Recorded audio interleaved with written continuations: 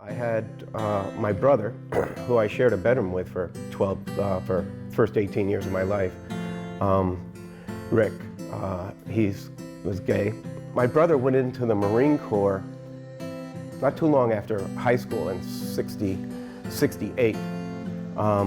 When he came out of the Marine Corps, he took a van and did a conversion on it, put in a refrigerator and stuff, and went on a journey as people did back those days. I think he was really doing a lot of self-exploring then. He had not yet talked to me about being gay. From there, he went out to California and happened to be in San Francisco in the Summer of Love, 1969, and then came back to Connecticut, and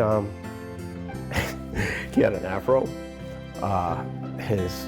He was totally different. We had bucked heads because I was an activist, deeply involved in the Vietnam War, had grown up with a civil rights movement, and I was pretty closed-minded, to tell you the truth. But I was deeply involved in it. And my brother actually disowned me when he was a Marine. And I never took it very heavily because I didn't really believe this stuff, having lived with him for 18 years so close. I knew he was my brother. That period when he came back, he had really changed. I don't know if it was that journey, if it was that being in San Francisco, coming to terms with who he was, but he was comfortable in his skin. He was loving, and it was a wonderful, wonderful time for my brother and I, that we kind of came together.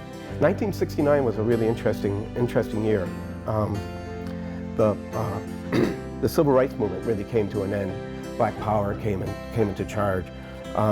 Women had really taken, this was, people were burning bras, people were burning their draft cards. The youth were taking over ROTC buildings and Columbia University. It was an incredible time. And I think that's the context that Stonewall happened.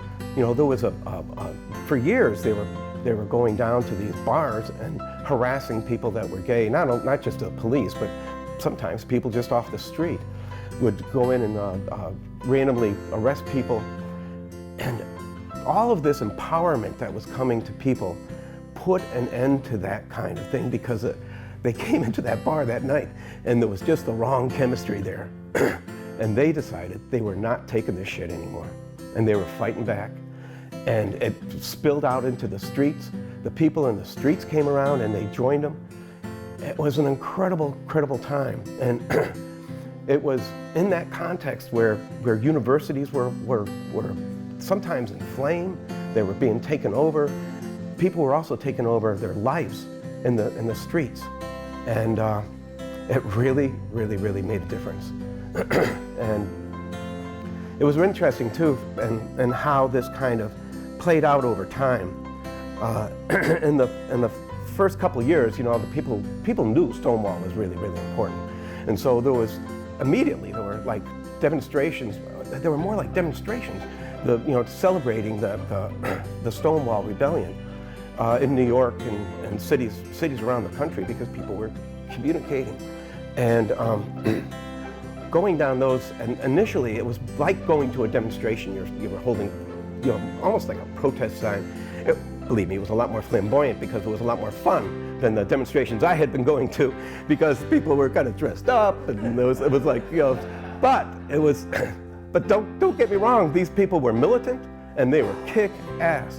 So if somebody wanted to throw a can at them, they were in trouble. Things had changed and they weren't going back. This group of people who were victims of HIV and whose lovers, whose brothers, whose friends were dying, said they weren't going to put up with it anymore, and they got together. I can't remember what, ACT UP is an acronym. I can't remember exactly what it stands for anymore, but I'm just forgetting at the moment. But they were doing like things like die-ins. They were going to the CDC and the National Institute of Health. When money wasn't being put into research for HIV, and people were dying it was incredible how many people were dying, and it was a devastating impact on the especially on the gay community.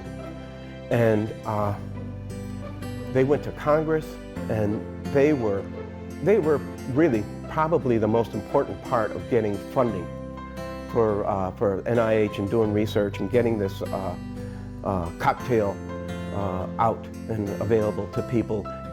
Just as Birmingham was offering a cocktail, but you had to have a certain T-cell count to be eligible, because as a nurse, I kind of appreciate this. I mean, it was a scientific research. In order to trace somebody, you had to tell if they were going up or they were going down, and what they were using was T-cell counts. My brother's had bottomed out, and he wasn't able to get on that trial, and he missed out on that, because I think it would have made a difference.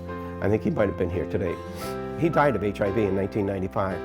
The difference between these gay pride demonstrations, which really turned into celebrations back in the probably closer to the 90s, but you know, like and certainly even in the 80s, it started to be more and more celebrations. And my brother died really just a little bit before he could really get to see some of the incredible gay pride demonstrations I went to. I went to one in DC not too long after my brother died. The FBI had a table out there interviewing people for jobs. It was, I'm sorry, because it's the empowerment of it that gets me. I mean, there were police cruisers that were covered with rainbow flags. American Express was there. There were realtors. There were. It was like, it was done. The McCarthy era was over. There were not going to be these crazy witch hunts in the government anymore. And my brother didn't get to see that, but he knew. He knew it was coming. Probably one of the most heart-moving and really positive stories to me in terms of social change is around this issue of LGBTQ people. And you could see it evolve